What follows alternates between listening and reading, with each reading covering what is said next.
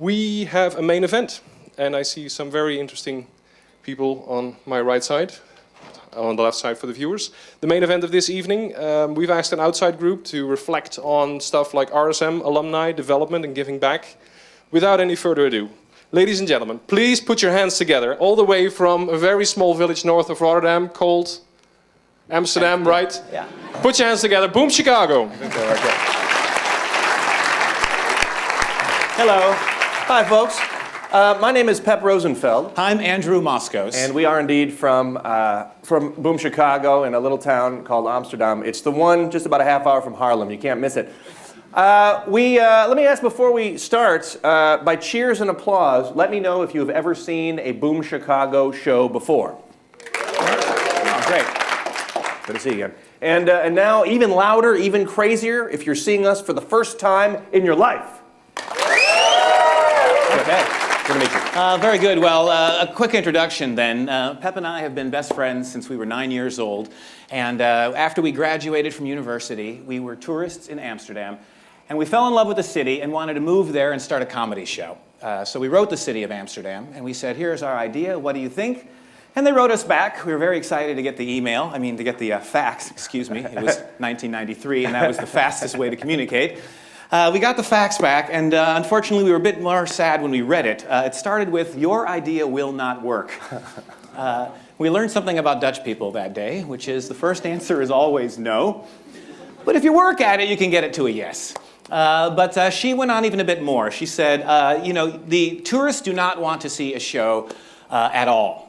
Dutch people do not want to see a show in English.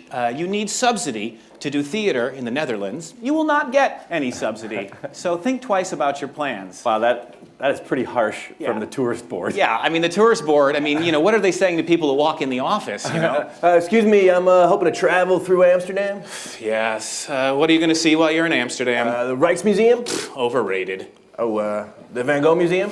Boring. How about the Anne Frank house? Spoiler alert, she dies.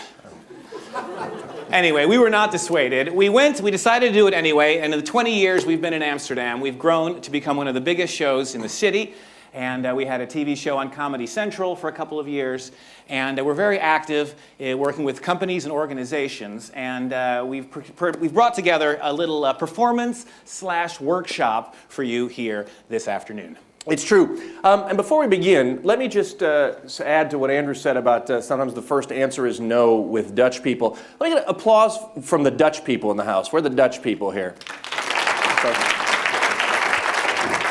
Because what they also wrote in this fax was what we discovered is one of the most popular Dutch phrases, which is "that is not possible," which is translated from "dat is niet mogelijk." But I think it's not Dutch. It is the foundation of Dutch society. Mogelijk. It's the foundation of Dutch society is dat is niet mogelijk. And I think you're translating it wrong. Because it doesn't seem to mean that's not possible. What it seems to mean is that it is possible. I just don't want to do it right now. It might have come from Germany originally, but I hear that spoken to me a lot in het Nederlands. No. Germany and the Netherlands are very different cultures, right, sir? Anyway, so we have put together a bunch of activities for you today because the heart of what we do at Boom Chicago is improvisation, and that is the art of making up brand new comedy on stage using teamwork and good ideas. But before we get to any of that, you should probably know before we start that Andrew and I have a very different way of viewing the world, even though we've been friends and colleagues for a very long time. It's true. I have to be honest. I'm a bit of a pessimist. I tend to see the glass as half empty. Some call me a grump, some call me a cynic, but I prefer to think of myself as a typical RSM alumni. Now, when I look at this RSM program and the RSM Alumni Day, I have to be honest, I get even a bit more pessimistic. I mean, first of all, let's talk about the new name, RSM, you know? That's great. That's the third new name in a long time, but it doesn't give me a lot of confidence if a business school needs to rebrand itself every couple of years. I mean, why does a business school need to change its name so often in the first place? I mean, you know, are there people's lives at danger? You know, are someone coming up looking for money? You know, I mean, I wonder, is it, you know, is this an alumni organization or is it some sort of witness protection program? I mean, you know, like you're trying to get away from the mafia. Hey, excuse me, I think I know you from somewhere, don't I? No, I don't think you do. Yeah, I do. Look at you. Nice suit, hard-working Dutch guy, wearing a pink tie. I know where I've seen you. In the Fakulteit Bedrijfskunde. No, I went somewhere totally different. I went to RSM. Oh, yeah? You ever get drunk in the eye hold? No, never been there. The eye house? Eye house, never. Okay. I always went to the Schmitze myself. Yeah, no, in fact, you know, this place would be a good place to go if you ever had to go into the witness protection program. You know why that is? It's because it's in the middle of fucking nowhere. I mean, you know, I don't know of a place that is more farther away from anything that is still technically in Rotterdam than this RSM campus. I mean, you know, and I get why people do it. You got to put your best foot forward. I mean, if you were going to go on vacation in Rome and you were to book a hotel online and it was called the city center, you can be sure when you got there, that hotel was not in the city center. And if you flew on EasyJet to London, you can be sure when you got out of that plane, you were not going to be in London. And likewise, when you get off the train at Rotterdam Central Station, you are not at RSM. No. First, you got to take the lovely tram number 7, the line that meanders through every neighborhood in Rotterdam, and including the detour I love in Oud-Krooswijk. Oh, that's a nice little charming place. They love RSM students in Oud-Krooswijk. In Oud-Krooswijk, you guys are the case study. And the ROI on you is fantastic. 40 euros cash and an iPhone. And then finally you get to the end of the line and you get here on campus, the farthest away you could be from civilization and still in Rotterdam. Hey, if you guys want to change the name of RSM, which I'm sure you're going to do in a couple of years, may I suggest a more honest name? I propose the Capelle aan de IJssel School of Management. No. And it's not just the name, you know, it's also this whole event here. I mean, you know, sure, I like catching up with my old study buddies. Sure, I might like to meet some of my favorite professors, you know, the good ones. But giving back to RSM, you know, this is Europe. This is not America. You know, here on this continent, only one thing is expected from alumni. Nothing. How much money should I give back? Nothing. How much should I be involved? Not at all. You know, how much should I care? No, thank you. I'm just kidding. If there's some professors here, of course, we take it very seriously. We love to catch up. Here's how I see the relationship. You guys went to school, you paid the tuition, and now it's only fair that RSM leaves you alone so you can get back to doing what you do best. Using the RSM network to climb your way to the top. That's what this is all about. Now, I don't want to sound unfair. I mean, I know. RSM is the #1 business school in Europe. Congratulations, that's great. I just don't know if they need you to give something back. I mean, heck, if anything, alumni giving back should mean the opposite. We're the alumni, we're back, now give us something. No, but let's be honest about what this day is really about. I mean, it's really about begging the alumni for money. I mean, I believe I got that right here. But, you know, you guys put in the time, you put in the work, you paid the money, you know, and now to repay you, RSM wants more cash.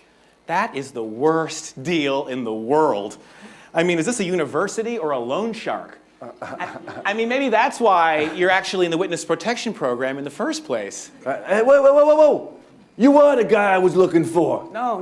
Yeah, you owe me money. Me and my whole university, pal. Pay up. Look, I paid all my bills. You know what? I'm not talking about those bills. I'm talking about the new bills. We got something new called the alumni loan. That's when you pay for school, you finish school, and then you keep paying us for the rest of your life. Oh, look, if I do this, will you guys just leave me alone? Oh yeah, we'll leave you alone. We'll leave you alone entirely, except for the steady stream of emails, letters, and events you are expected to attend. Jeez, this is like extortion. No. We don't call it extortion anymore. We call it Alumni Day. Ah, very good. And the final thing is the theme of this day today, you know, the high performance boot camp. To that I go, really? Has anyone actually been to a boot camp? Because boot camps have a lot more boots, they have a lot more camps, and they have a lot more soldiers. You know what they don't have is plenary sessions and networking drinks. There are no Borals in the Army, people. The only way I can think of how a high-performance boot camp makes sense is if you think about it like this. If you think that this performance is like a boot camp, then you must be high. I'm sorry. It's time for everyone to wake up and smell the coffee. And at least now you can, because they opened a Starbucks, which they didn't have when you were going to school here.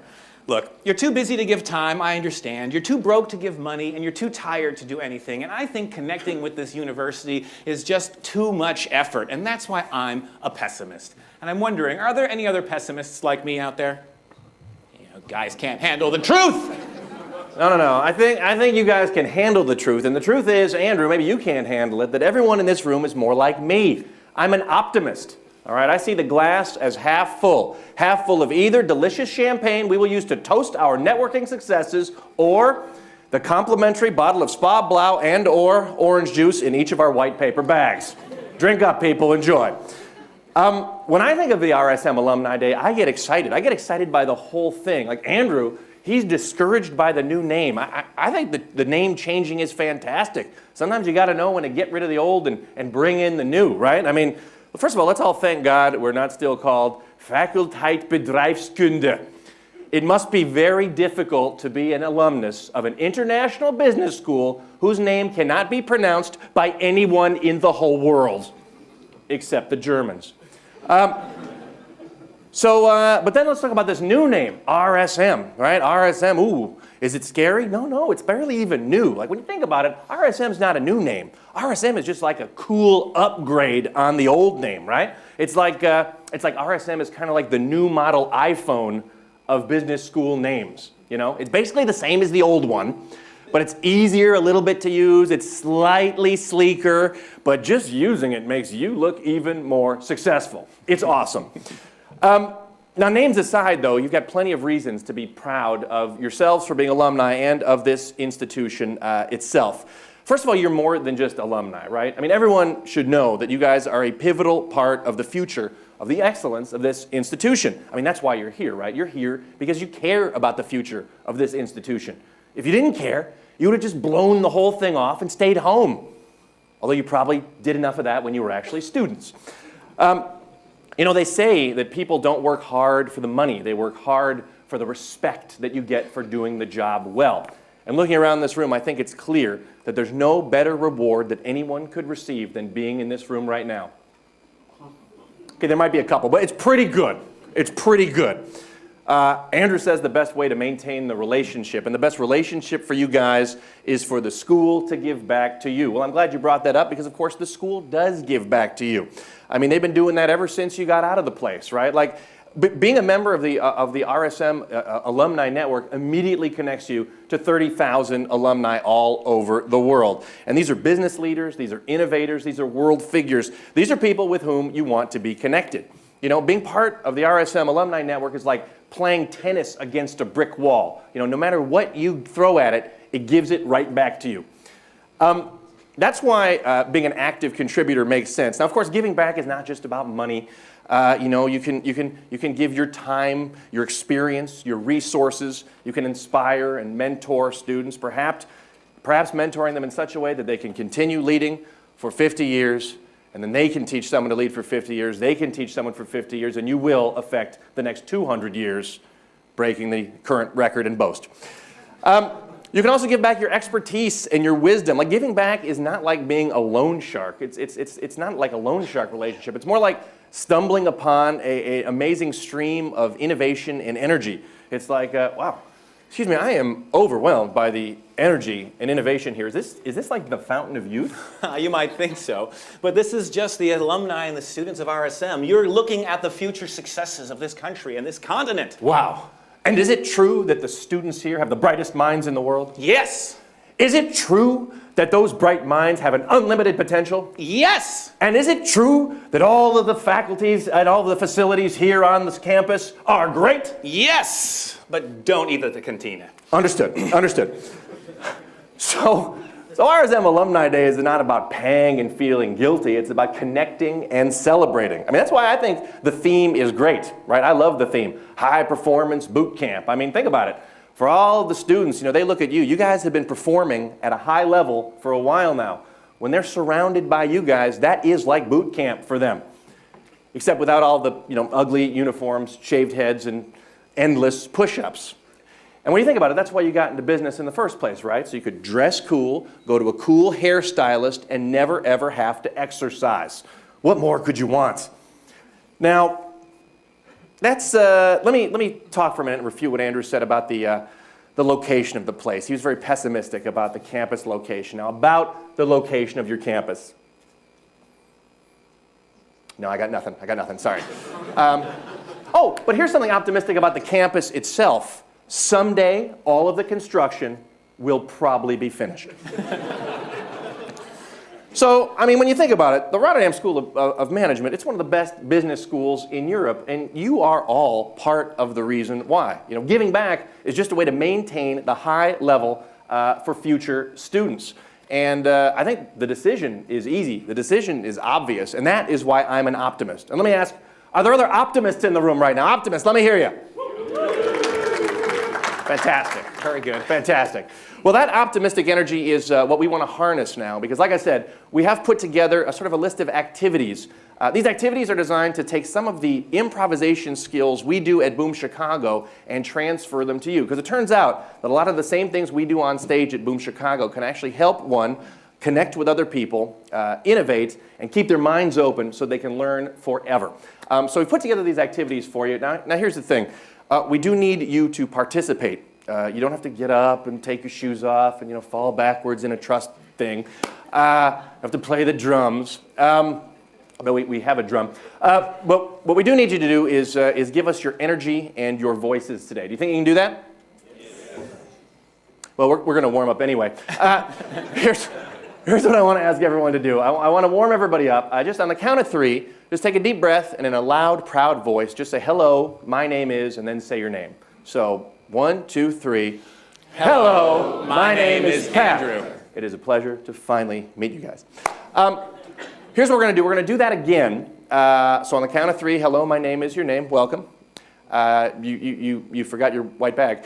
On the count of 3, hello, my name is your name. But this time I want you to say it as if you are delivering bad news. Really news that makes you feel bad inside while you say it. So for you guys, maybe the news is they have just announced a huge new modern school of management that is going to open up and steal students from this place. And worst of all, they've opened it right up in the center of Amsterdam. It's the worst news ever, and that's the news you're delivering when you say, on the count of 3, hello, my name is your name. So 1, 2, 3. Hello, my name is Andrew. Yeah, that was no fun. You don't even finish the sentence. It's so not fun. Hello, my name. Fuck this. No, I think not even Andrew finished his sentence. No, that's pessimistic energy, and that doesn't. First of all, it doesn't help inspire students by any means, but it also doesn't help you guys when you're trying to connect and innovate. So what we want to do is just shake that energy off, and we're going to do it again.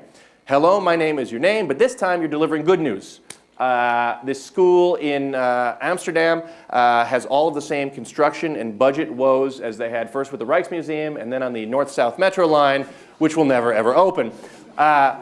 Amsterdam is humiliated, but not only did students leave here to go to Amsterdam, but they also left Nijmegen, and now Nijmegen is Nijrode, and Nijrode is totally out of business. And Nijmegen closed, horrible place. Nijmegen is it's also a horrible place. This is the news you are delivering on the count of 3. Every business student worth their salt is going to be flooding to Rotterdam, and then taking the number 7 over to here. That's good news. That's the great news you're delivering on the count of 3 when you say, hello, my name is your name. 1, 2, 3. Hello, my name is Pat. Andrew. Okay, I see it got a little confusing with the whole Nijrode Nijmegen thing. I see what happened. So I think we can deliver that news even better. Here's what we're going to do. That was pretty optimistic. But this time it's the same great news, but now using the networks from the alumni network, you have all gotten fantastic jobs, even better than your current one. And you're doing so well at those jobs with the high-octane education you received here that you're all going to get big end-of-the-year bonuses, okay? And I'm not talking about little European, we're embarrassed by money bonuses, no. No, these are big, fat American Wall Street banker bonuses. By the way, both the bonuses and the bankers were fat in that sentence. These bonuses are so big that there is a group of hippies camped outside your new company's headquarters occupying your street. All right? That is the awesome news you're delivering when on the count of 3 you say, hello, my name is your name. 1, 2, 3. Hello, my name is Pat. Andrew. Okay, that is great. That is the level we want to keep it at for the rest of the afternoon.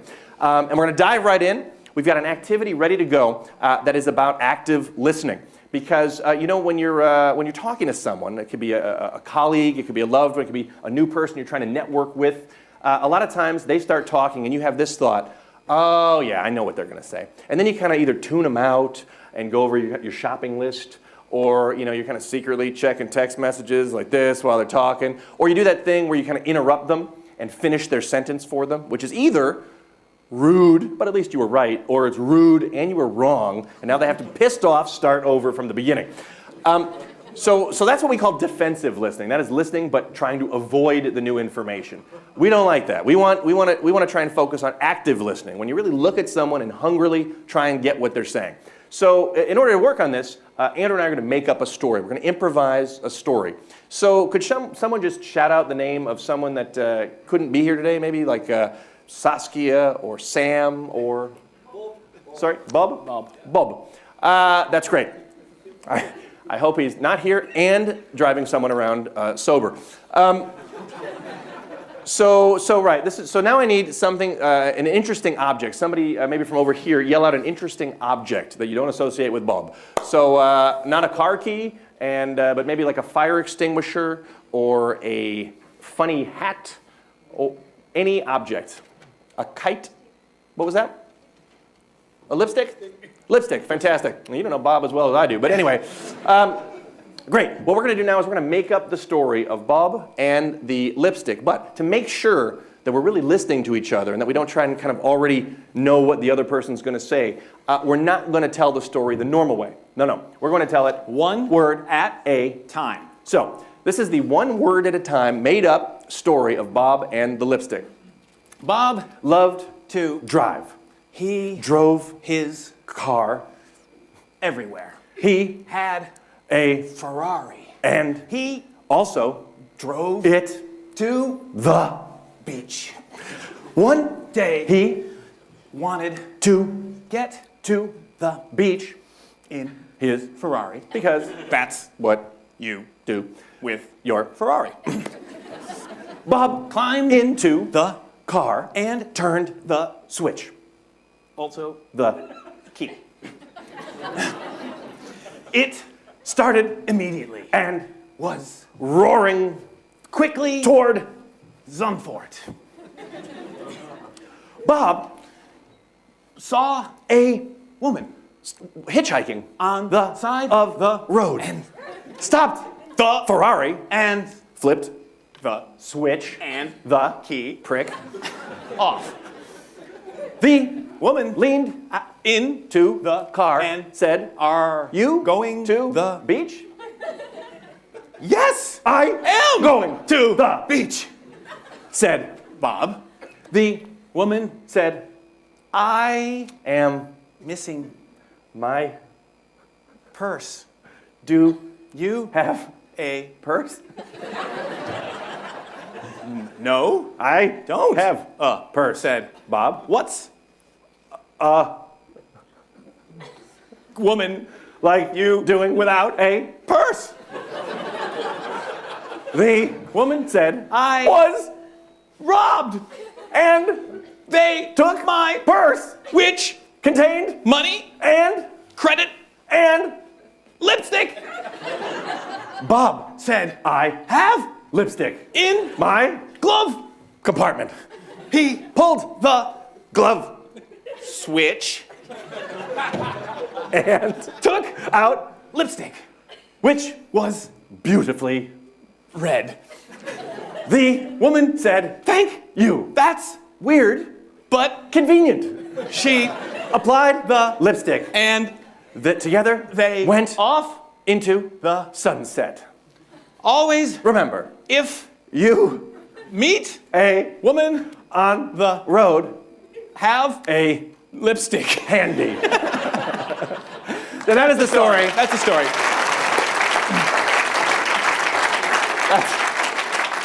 That's a story of Bob and the lipstick. Now, I have to admit that's not quite the story I'd planned in my head originally. No. For the record, I thought he would get to the beach.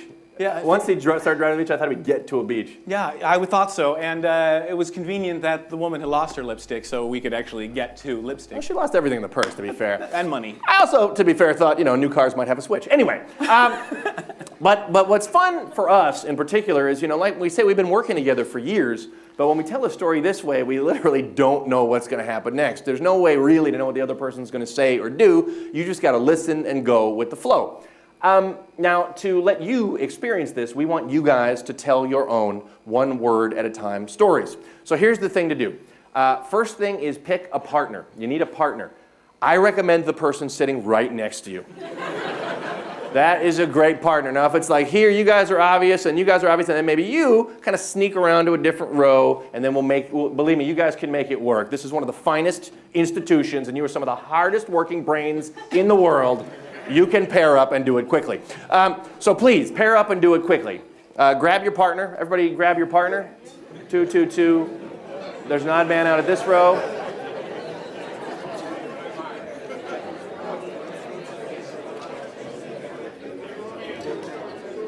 Has everybody got their partner? This should be the easiest thing we do today. Everybody's got their partner? If for some reason you have not moved and you're in a bit of a three-way, this is Rotterdam. I hear that's cool. So you've got your partner. Here's what you're going to do. You're going to tell these stories, but there are 3 important rules. The first rule is that every story is going to start the same way. Susie missed the train. After that, it's up to you, but they all start, Susie missed the train. Second rule, you really have to just use one word at a time. You can't sneak out 2 words because you got a good one. You can't kind of go, say pencil. No, you really have to you say your word and then stop talking and listen. And whatever your partner says, that's what happens next. That's what you have to build on. The third rule is that at some point we will raise our hands and say, hey, please end your stories and look this way. When we do that, please end your stories and look this way. I know it sounds obvious, but we have had trouble with alumni from management schools in the past. So does everybody understand? Yeah? If you don't understand, there's no shame in asking, but everybody's got it. Great. Susie missed the train. Off you go.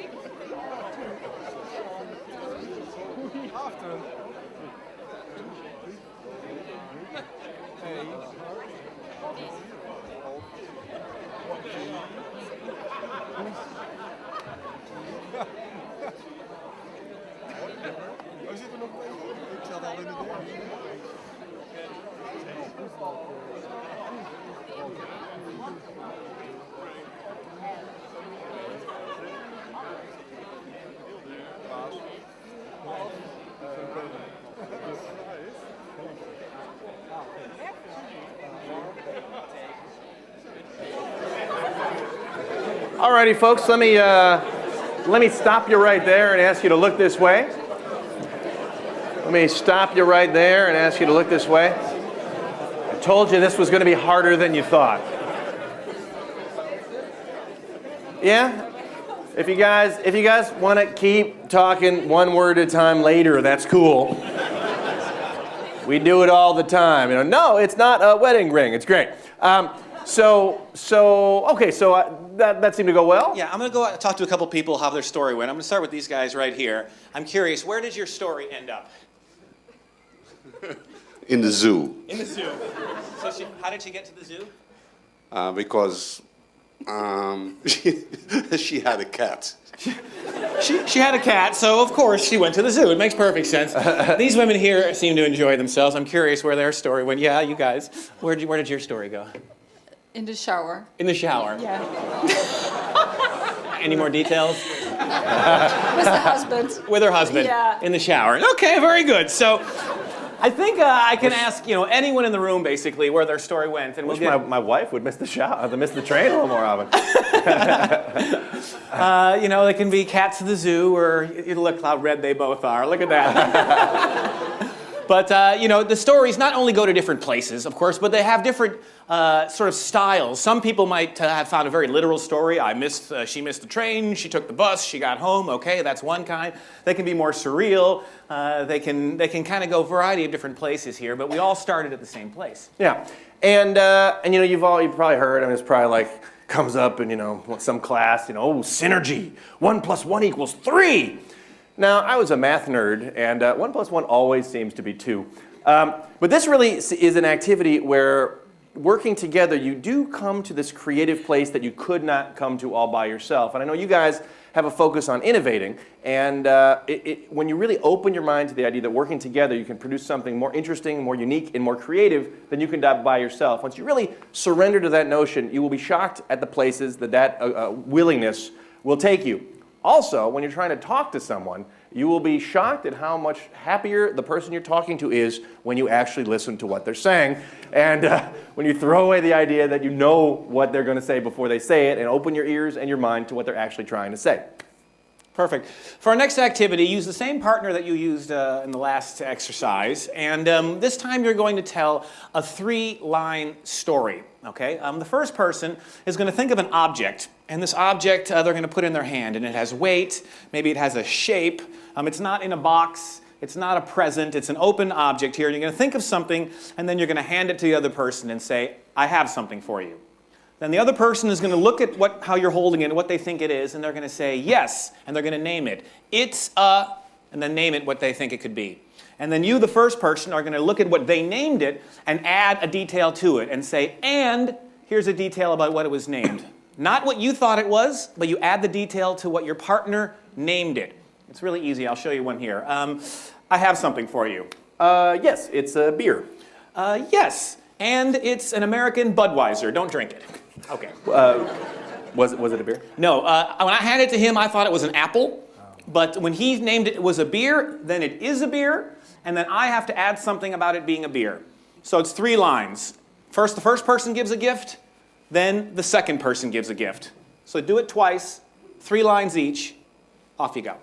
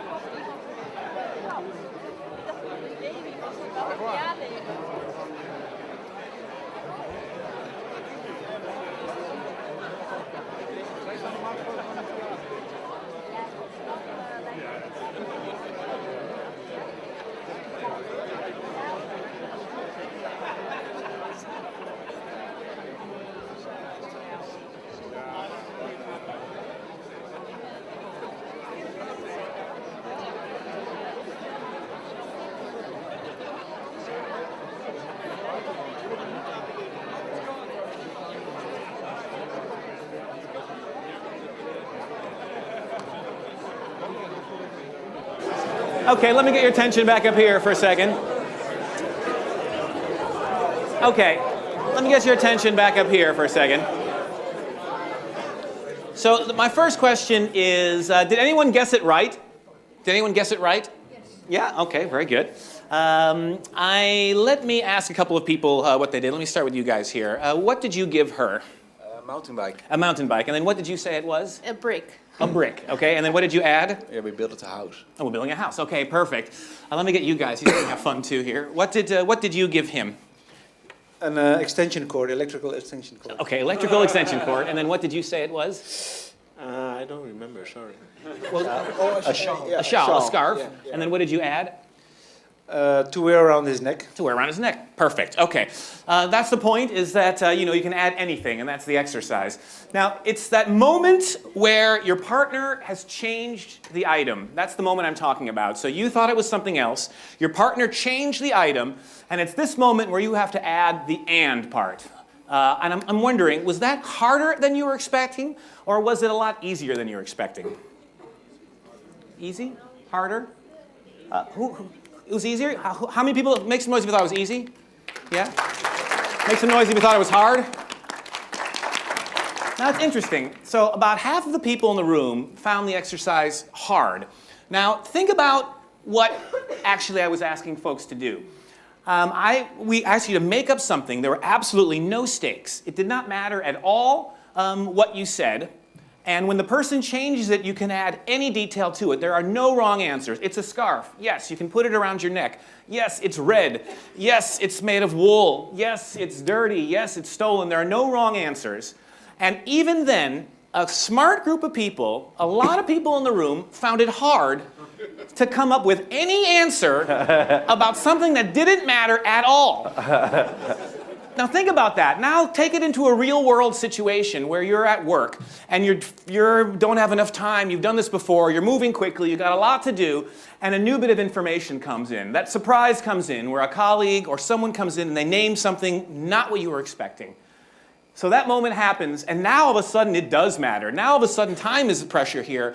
The challenge is at that moment when it happens, if you're talking about a commitment to lifelong learning, you have jobs, you're not in school anymore, but these are the moments where you either can sort of seize the surprise information, seize the random thing, the magic thing that happens, and I'm not saying necessarily do that idea, but at least be affected by that idea. Really listen to what it is and try to see if it should be incorporated into your plan.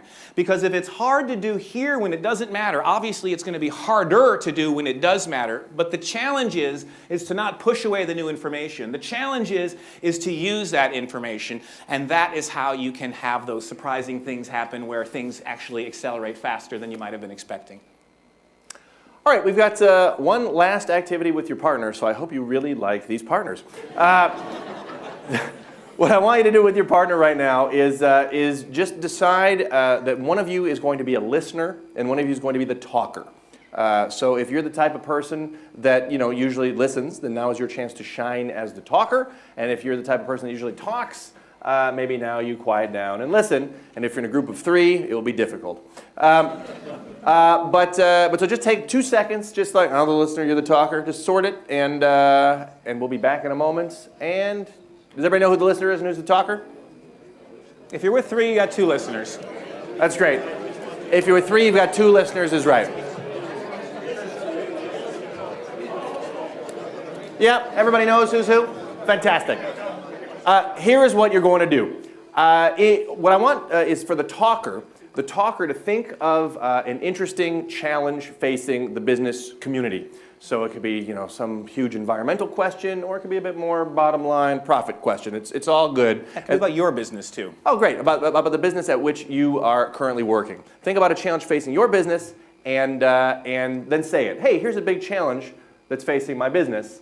And then just for a minute, talk about why that is a big challenge facing you and your business, and the listener will listen. So the talker thinks of a big challenge, the talker says what that big challenge is, and then for about a minute, the talker talks about why it is a big challenge while the listener listens. Everybody got it? Off you go.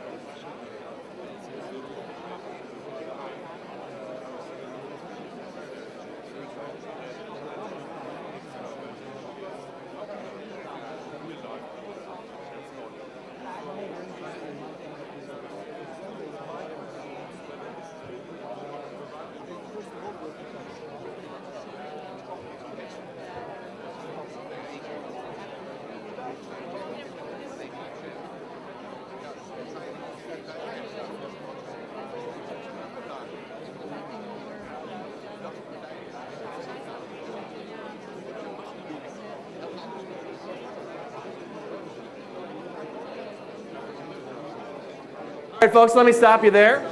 I bet you could talk about this topic the whole session, but that is not the idea. All right. So what we're going to do is we're going to kind of do that again, but with a little twist, just a little twist. What's going to happen is the talker, same talker as before and same listener as before, the listener is going to come up with a challenge facing the listener's business. The listener is going to say, hey, here's a big challenge that's facing my business, and then the listener will start listening while the talker talks, but about the listener's idea and why it is a big challenge. So it's the same listener, same talker, listener comes up with an idea, and then the talker talks about the listener's idea. Pretty clear? Off you go.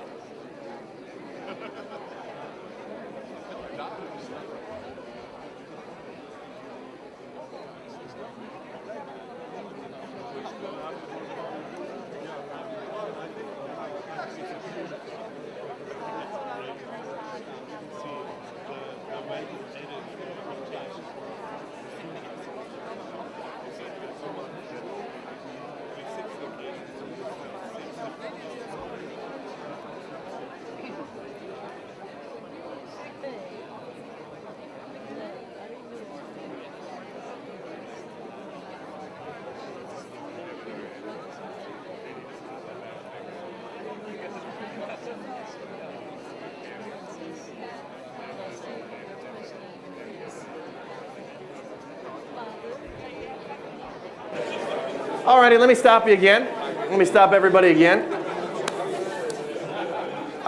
You guys can trade business cards and correspond about these two topics forever. Okay, let me show of hands. Where are my listeners? Where are my listeners in the house? Listeners! Awesome. Listeners, here's a question for you. Of those two times, which did you find more satisfying, more interesting, more fun? Which did you like better? Listeners. The first time, or I have the distinct feeling my zipper just lowered on my pants. Everybody's chuckling so much. Did the first time? Everybody says first time? Everybody says first time, the listeners? Any listeners say second time? Couple, but most say first time. Fascinating. Sorry? Both. You found both. That is very peaceful. And that is great. It's a draw. 1 point awarded to either side. And how about the talkers? Where are my talkers? Yep. And for the talkers, same question. Which time did you find more satisfying, more challenging, more interesting? Which was more fun? The first time or the second time? Well, that sounded pretty universal. So it's funny. If you're a listener, you know, of course, one might think that, oh no, I only want to listen to my own idea talked about. But of course, you people are beyond that. You're networkers, you're business leaders, and you understand the value of listening to someone else's idea. For the talkers, I always find the talkers even more interesting because I think a lot of us go into conversations or situations thinking, you know what's going to be awesome? Talking about my idea. You know what's going to be less awesome? Talking about other people's ideas. But it turns out that's not the case. Universally, you guys the talkers preferred talking about the other person's idea. I wonder why. So where's some talkers that preferred the second time? What was it that you liked better about the second time? We're getting more to the point of the issue. You got more to the point of the issue. You find yourself getting closer to the solution and the points of the issue the second time. That is fascinating. Different reason? Anybody? One in the back? That was a camera. No, how about... Oh, sorry. I pointed at him for you. I'm committing. I'm committing. Fine, the one in the back. I'm with Andrew's choice.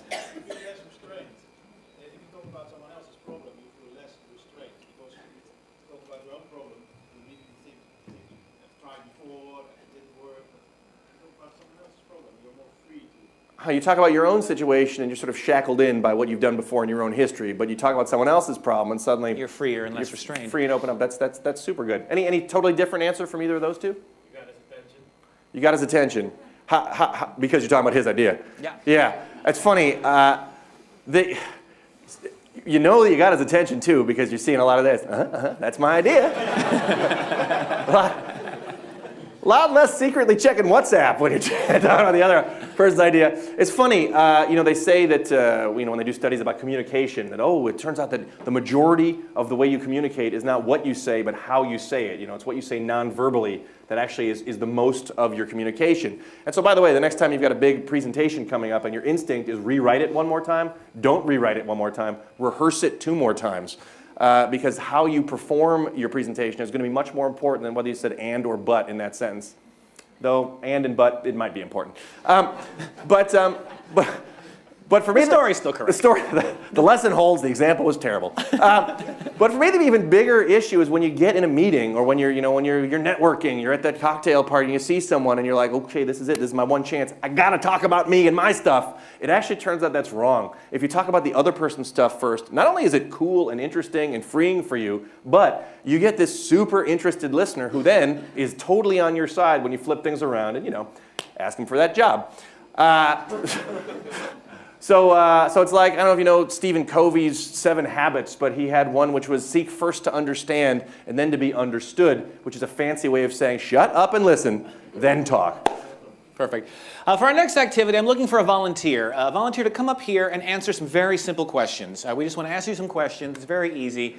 It's much nicer if you volunteer yourself. Do I have someone who will come up here and answer some simple questions? There he Give him a is. round of applause. Come on up here, sir.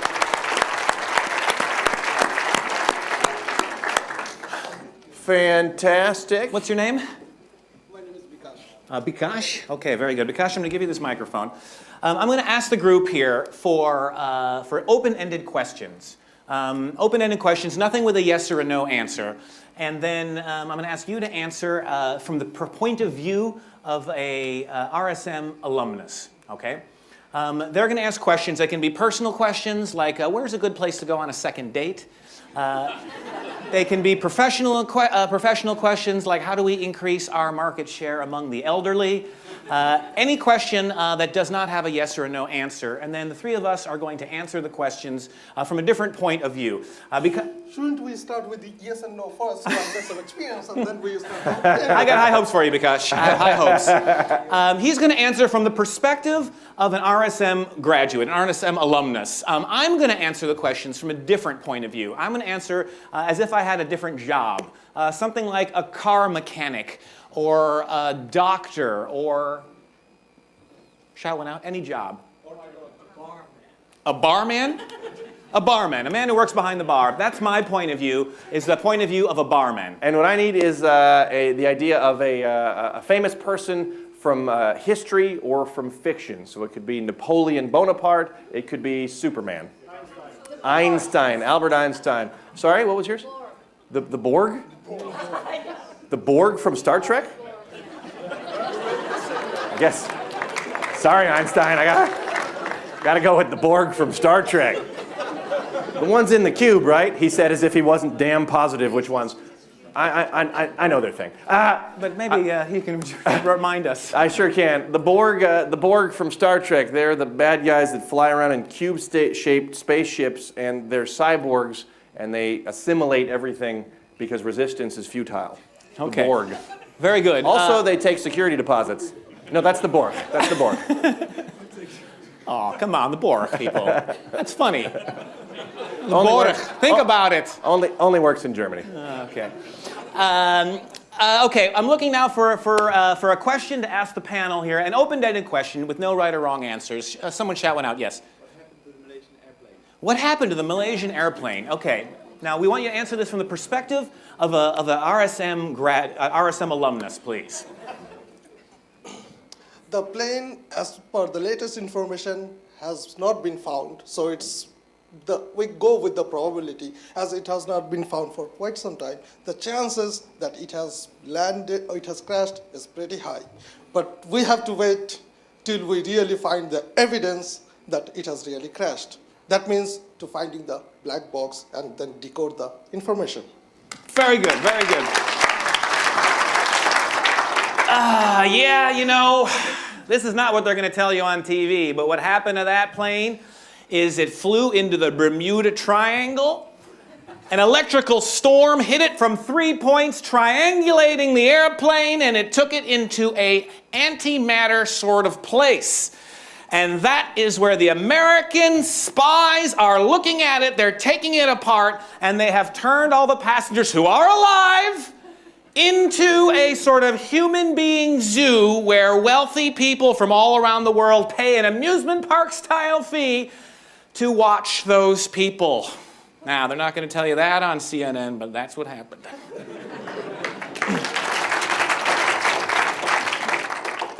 We are the Borg. We have assimilated the Malaysian aircraft. The members of the Malaysian aircraft crew and members of the cabin have been assimilated into our consciousness. I was actually the steward aboard the Malaysian aircraft. I was serving a Bloody Mary, the only drink people seem to order on Malaysian aircrafts when we were assimilated. I like it here with the Borg. How about another question for the panel? What do you feel about the situation in the Ukraine? What do we think about the situation in the Ukraine? From a RSM graduate. Well, if you look at the history of the Ukraine and Russia, what has happened is not so unexpected. Probably Russia was waiting for a chance, and this time they got the chance, and as an excuse, they have sort of invaded part of Ukraine, and most likely they are going to attack more. Good answer, good answer. You know, they're not going to tell you this on CNN, but those Russians are bastards. It's because I'm from the Ukraine working illegally in this bar. Thank you very much. Crimea has been assimilated. Ukraine will be assimilated. Putin is like Borg. We respect Borg. We respect Putin. We will assimilate Putin and then assimilate Ukraine and then assimilate Russia. In that order. We are Borg. How about one final question? Yes. What will you do on Sunday when Ajax becomes champions again? What will we do on Sunday when Ajax becomes champions again? What we'll do as for the rest of the Ajax fan, go on to celebration, drink your mind out, and forget the rest. When Ajax becomes champion, we're going to use all of the free shit that Heineken has given us. We are going to put hats on our heads. We are going to make noise makers. And we are going to drink. Because when Ajax wins, it is a good day for the bartender.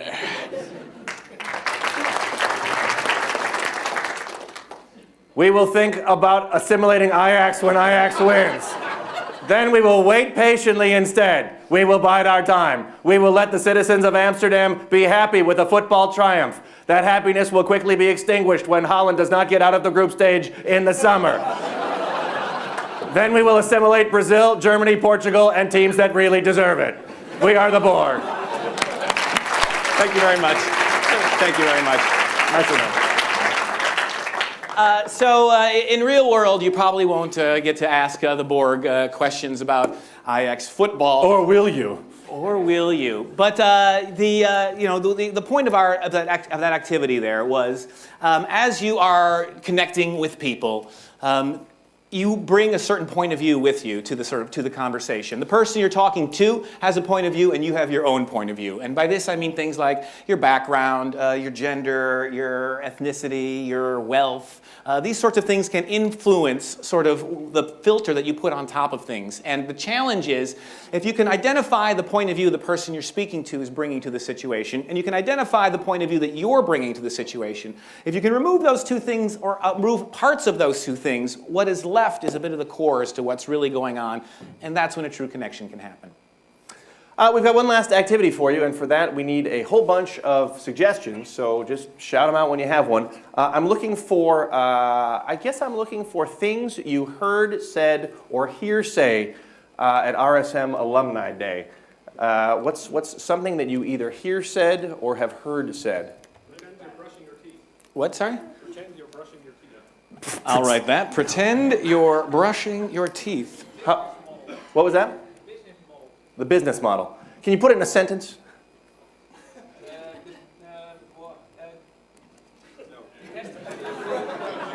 What was that? Can I make something up? Yeah, you make it up. I'll never know the difference. Business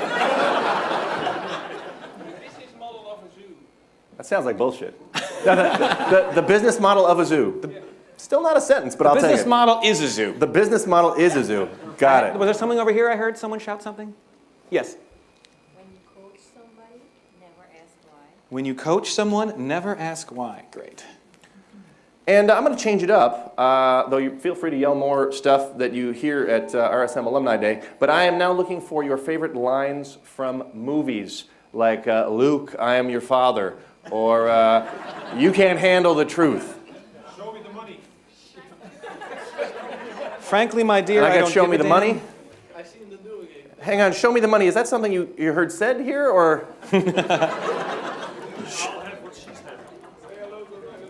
One second. Okay, hold on. Say hello to my little friend. And sorry, what did you say? I seen them doing it. They fucking drowned me. I've seen them do it. They fucking drown it in that Say shit. hello to my little... I've seen them do it. This is a long one, sorry. White men can't jump. Pick up the cocks off the phone. We can end it there. I think that's the perfect. From Miss Borg here. I've got one more piece of paper. Somebody's got a Jim Dinger. That means a good one. Sorry? Related to the business model, I'll make you an offer you cannot resist. I love the supportive climate where she's right about the quote. What did you say about a business? Something about the business model? Related to the business model, Yeah. the business model is that you make an offer that the other person cannot resist. I will make you an offer that you cannot resist. Great. How about that snappier, shorter version? I will make you an offer that you cannot resist. That's good. Oh, Let's review what our lines are here. Should I bring a chair out here? No. I was going to use this thing, but if the chair no, that's better. Okay, the ones I have are pretend you're brushing your teeth. When you coach someone, never ask why. Frankly, my dear, I don't give a damn. Say hello to my little friend, and white men can't jump. And I got, after a little confusion on my part, I admit, the business model is a zoo. Show me the money. I've seen them do it. They fucking drown it in that shit. They drown in that shit. That's my bad. They fucking drown him in that shit. And of course, I'll make you an offer that you cannot resist if The Godfather had excellent grammar. Okay, what we're going to do now is we're going to act out a small sort of comedy scene here, and from time to time we're going to pick up one of these lines of dialogue and we're going to say the line and try to make it make sense in the scene, no matter how hard that would be. What I'm looking for is a small place where two people might have a scene, not a country, not a city, but something smaller like a metro car or a furniture store or a garage. Ooh, by two people at the same time. We take you now to this garage. Oh, geez. I just don't know nothing about cars. You don't know nothing about cars? Oh, then this is going to be real expensive.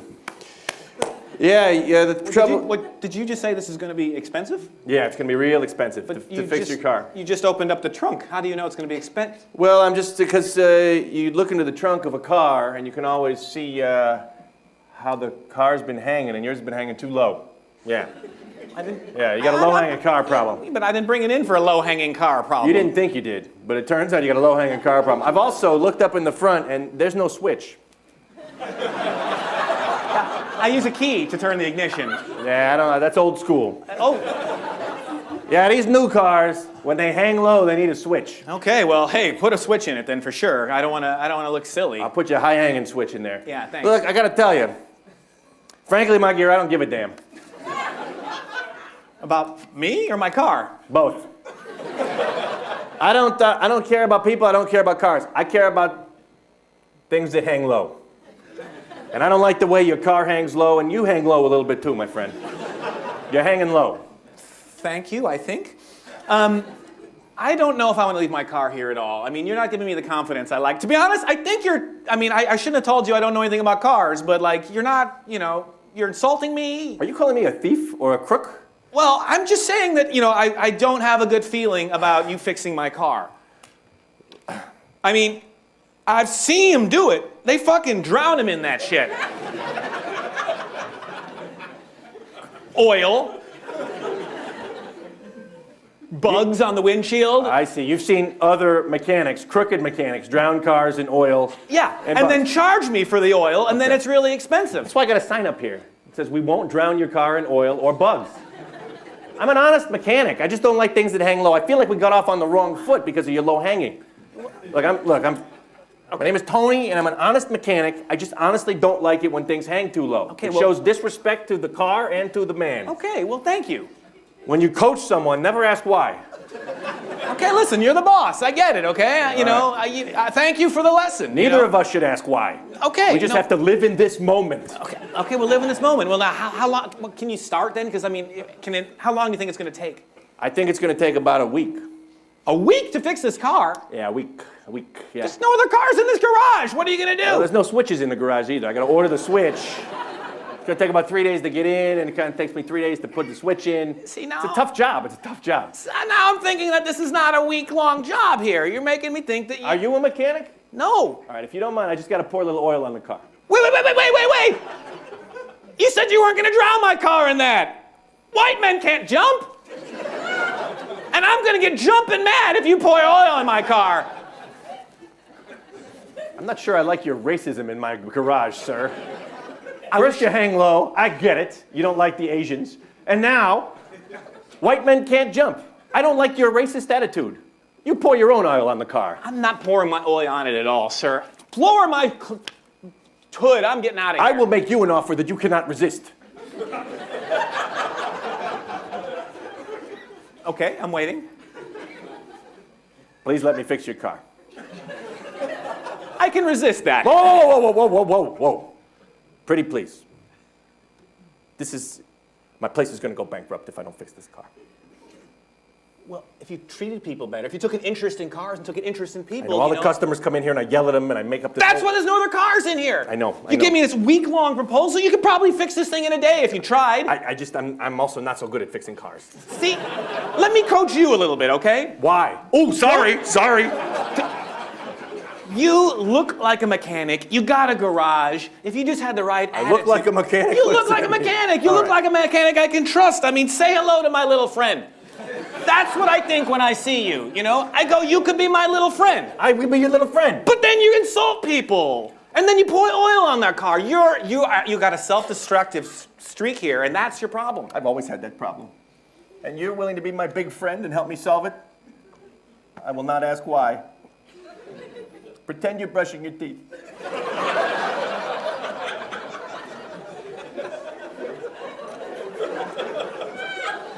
That is not how I brush my teeth, my friend.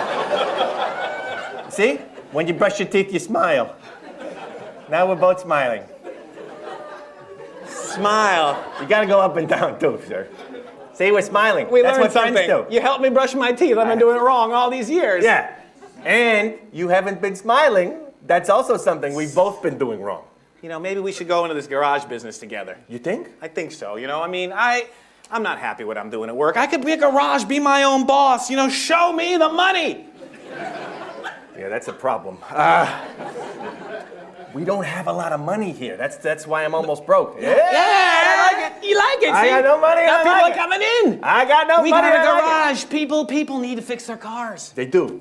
They need The to money's fix the going to come rolling in. We fix cars. They bring in the money. This is a brilliant idea. Money. This is a brilliant That's idea. the name of our new garage. This business model is a zoo. Yes, it is. Thank you.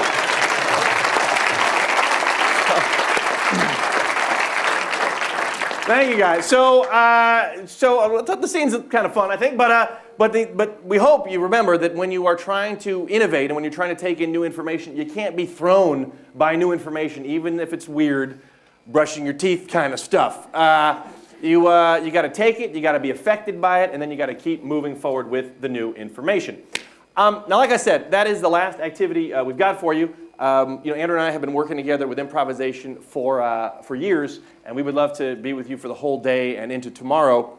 Unfortunately, RSM only paid us for the hour, so, and we're yet to have that money shown.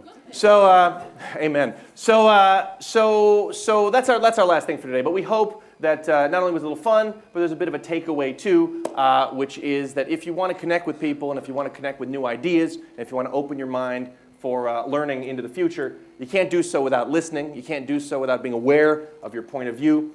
You can't do so without being open to change and to whatever comes along. Very good. We've got one final thing we'd like to do here, and we'd like to come and present it to you not as Boom Chicago comedians, but as loud American sports reporters. We'd like to present for you the Boom Chicago Sports Chalkboard here today, where we're going to talk about all the exciting things that are happening here, especially with the team that everyone is talking about. Of course, I'm talking about the RSM team. Give yourselves a round of applause here. The alumni, the future, the present. Absolutely. This is the RSM team, and we can break it down here. Of course, everyone knows this is the Rotterdam School of Management, and it is filled with team members that are all happy, hardworking, and brilliant. But more importantly, they all have big toothbrushing smiles on their faces. These are huge smiles. Everyone here has a big smile, students and alum. Why are they smiling so much? Because this name is so much easier than the crappy names of the past. Let's face it, Faculteit Bedrijfskunst was a crappy name. RSM is way better than FBVAU, the FBV of Erasmus Universiteit. Thank you.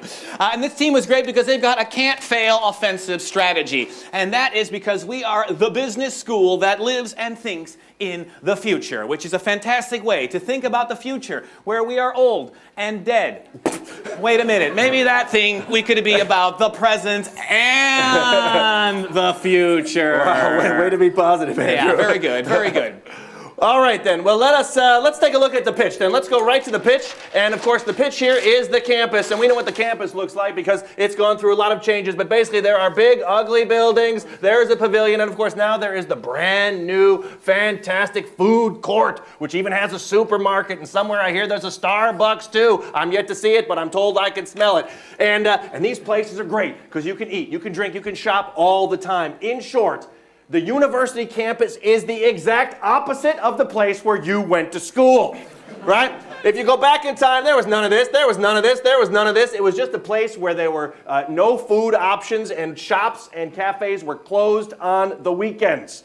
You want to know why you people had such a great graduation rate? It's because people were dying to get off campus. Literally, dying of starvation, and they had to leave to get food. Absolutely. Well, the school is improving, and these people are certainly knowing it. And when they're improving, of course, one of the things we can do, of course, is that's why the alumni support is so important. You give money now so that students you'll never meet enjoy facilities you didn't get to have while you were here.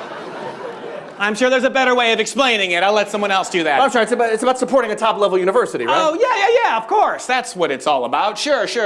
And another alumni, they benefit, of course, from the brilliant people in this school. You know what I'm talking about. Well, like Professors Varts and April and Inzarelli. No, of course, I'm talking about Maria.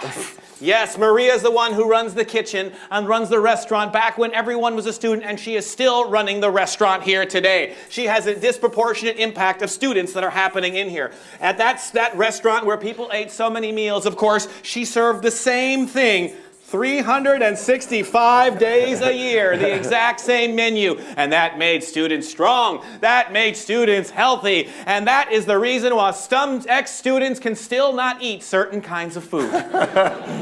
But of course, life here is not just about the delicious food. I mean, when you think back and you can remember all of the lines of students, all lines of MBAs pretending to be EMBAs. Oh, is that so they can get expertise and knowledge? No. That was so that they could eat for free on the weekends.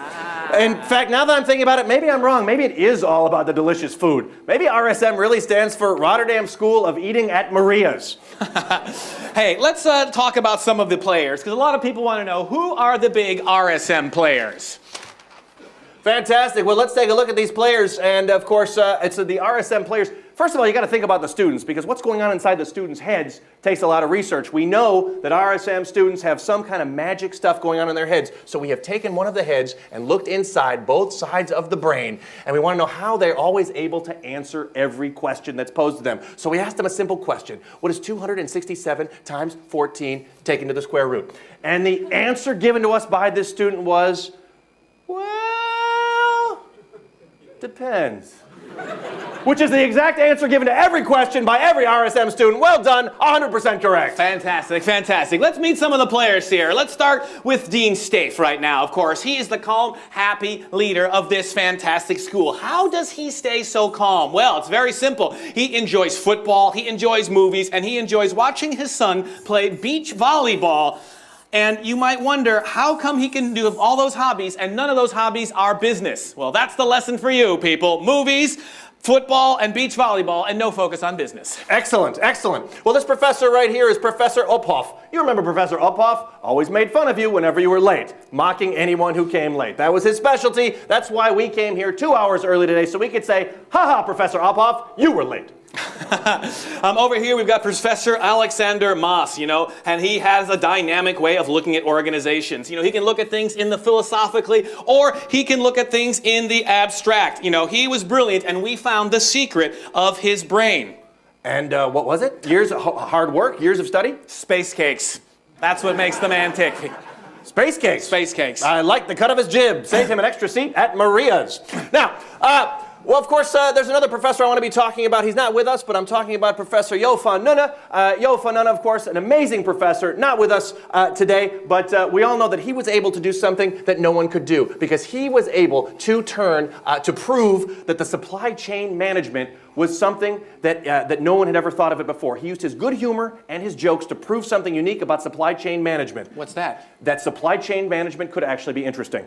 Well done, well done. Quite a skill, quite a skill, quite a skill. Over here, I'd like to talk about this player right here. I'm talking about Jan van Dalen and his very hard statistics class. I'm wondering, did anyone here take Jan van Dalen's statistics class? And did anyone here not drop out of his very hard statistics class? Because most people, they start with this many people in the class, and most of them by the end of the course do not make it. These are the lucky people still standing. Fantastic. Are they lucky or are they just masochists? This player right here is Professor Roger George, and Roger is running all around the field from player to player, and every player he bumps into, he tells one of his cool consulting stories. And he does it, every cool consulting story, but all the other players on the team are starting to worry, because for a very smart man, George doesn't seem to understand that no consulting stories are cool. Over here, this player's coming on the field right now. I'm talking about Bill Collins. Now, he, of course, is very professional. He is an expert on organization, and he loves talking to, over here, these pretty girls. Get back on the field, Professor! Meanwhile, over here is Tom Iannuzzi, and Tom is doing what he does best. He's talking about context, and he's talking a lot about context. You see, this isn't a game. It's a game in a game in a game in a game.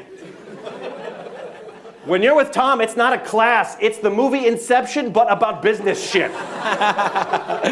Over here, this player's coming on the field as well, too. And this is Giorgio Inzarelli. Yeah, Giorgio is coming on the field here. And he is not talking about organizational behavior right now. He's giving some advice to these players over here. And his advice is the sentence that he seems to say to everyone, which is, you can lead a horse to water, but you can't make him drink. It doesn't matter what the situation is. That's his advice, and he's applying it right here.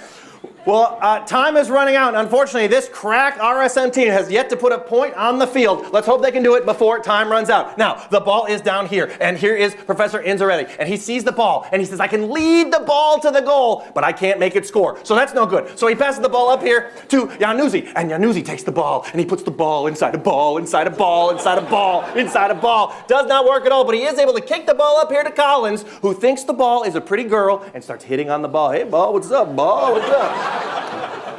Thankfully, the ball is able to escape up over here to Roger George, and Roger starts telling the ball all kinds of, cool stories about consulting and accountants and dentists. Yeah, the ball goes right to sleep, but here comes Jan van Dalen to save the day. He comes up, kicks the ball, but then the ball drops out of his class because it's too damn hard, and it squirts all the way up here to Professor Maas. And Professor Maas is like, whoa, man, is that a ball, or is this a philosophical challenge for us to solve in the organism? Whoa. And he goes off to have a sandwich. The ball is kicked over here to Professor Uphoff, but Professor Uphoff is pissed off because that ball is late. Where were you, ball? So the ball comes over here, finally, he kicks the ball so hard because he's angry, and it comes right over here to Stafe, and Stafe knows just what to do because he loves football. So what does he do? He passes the ball back down here where all of the alum rush the ball, and using their boot camp high performance, kick that son of a bitch using their boots into the goal. Point RSM, the game is over, people.